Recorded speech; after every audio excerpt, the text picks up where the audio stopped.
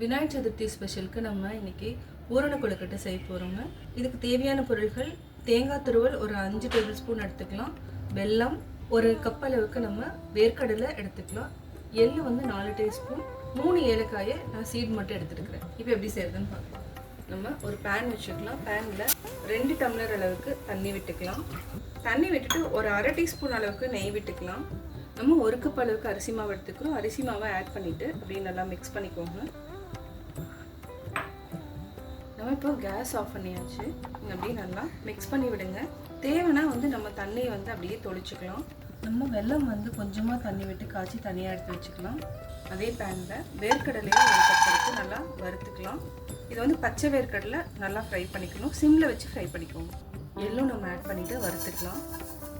எள்ளு வேர்க்கடலை ரெண்டுமே வறுத்துட்டு நம்ம ஒரு தனி பிளேட்டில் மாற்றிக்கலாம். கீ அரை டீஸ்பூன் விட்டுக்கலாம். அரைமுடி தேங்காயும் ஆட் பண்ணி நல்லா வறுத்து எடுத்துக்கலாம். சிம்மில் வச்சுட்டு நல்லா வறுத்துக்கலாம். ஏலக்காய் சீடு ஆட் பண்ணிக்கலாம். கூடவே நம்ம வெள்ளை தண்ணியும் ஆட் பண்ணிக்கலாம். இப்போ நம்ம அரைச்சி வச்சுருக்கிற வேர்க்கடலை எள்ளு பொடியை ஆட் பண்ணிக்கலாம். நல்லா மிக்ஸ் பண்ணிக்கலாம். மிக்ஸ் பண்ணிவிட்டு ஒரு கெட்டியானதுக்கப்புறம் நம்ம ஆஃப் பண்ணிக்கலாம். பூரணம் ரெடி பண்ணிட்டோம். அடுத்தது நம்ம மேல் மாவுக்கு ரெடி பண்ணிக்கலாம். நம்ம மேல் மாவு நல்லா மிக்ஸ் பண்ணிக்கலாம். இது ஒரு பிளேட்டில் மாற்றிட்டு நல்லா அழுத்தம் கொடுத்து பிசைஞ்சு வச்சுக்கோங்க. இதே மாதிரி நம்ம உருண்டைகளாக உருட்டி தனியாக எடுத்து வச்சுக்கலாம். நம்ம உருண்டையை கையில் எடுத்துக்கலாம். இது அப்படியே நல்லா அழுத்தம் கொடுத்து ஷேப் பண்ணிகிட்டே வாங்க. நம்ம இடையில பூரணத்தை வச்சுக்கலாம். பூரணம் உருண்டையாகவும் பிடிச்சிக்கலாம். ஸ்பூன்லேயும் நம்ம அப்படியே எடுத்துகிட்டு அப்படியே ரவுண்ட் பண்ணிடலாம். அப்படியே கவர் பண்ணிக்கோங்க. அவ்வளோதான். அதுக்கப்புறம் உருட்டிக்கலாம். அவ்வளோதான்.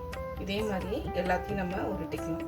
நம்ம பூரணம் வந்து ஃபில் பண்ணியாச்சு. அடுத்தது நம்ம ஸ்டீமிங் பண்ணணும். ஸ்டீமிங் பண்ணுறதுக்கு முன்னாடி நம்ம பாதாம் வச்சுக்கலாம். பாதாம் முந்திரி எது வேணாலும் வச்சுக்கலாம். இப்போ நம்ம ஸ்டீமர் வச்சுக்கலாம். ஸ்டீமரில் 2 டம்ளர் தண்ணி விட்டுட்டோம். அதுக்கு மேலே இலை போட்டு வச்சுட்டோன்னா ஈஸியாகவும் இருக்கும். இப்போ நம்ம ஒன்றா எடுத்து வச்சுக்கலாம். ஒரு 7 மினிட்ஸ் வந்து மூடி வச்சுக்கலாம்.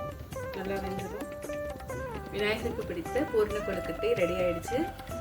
8 நிமிஷம் ஆயிருக்கு. இப்போ நம்ம எடுத்துக்கலாம். ஆஃப் பண்ணிக்கலாம்.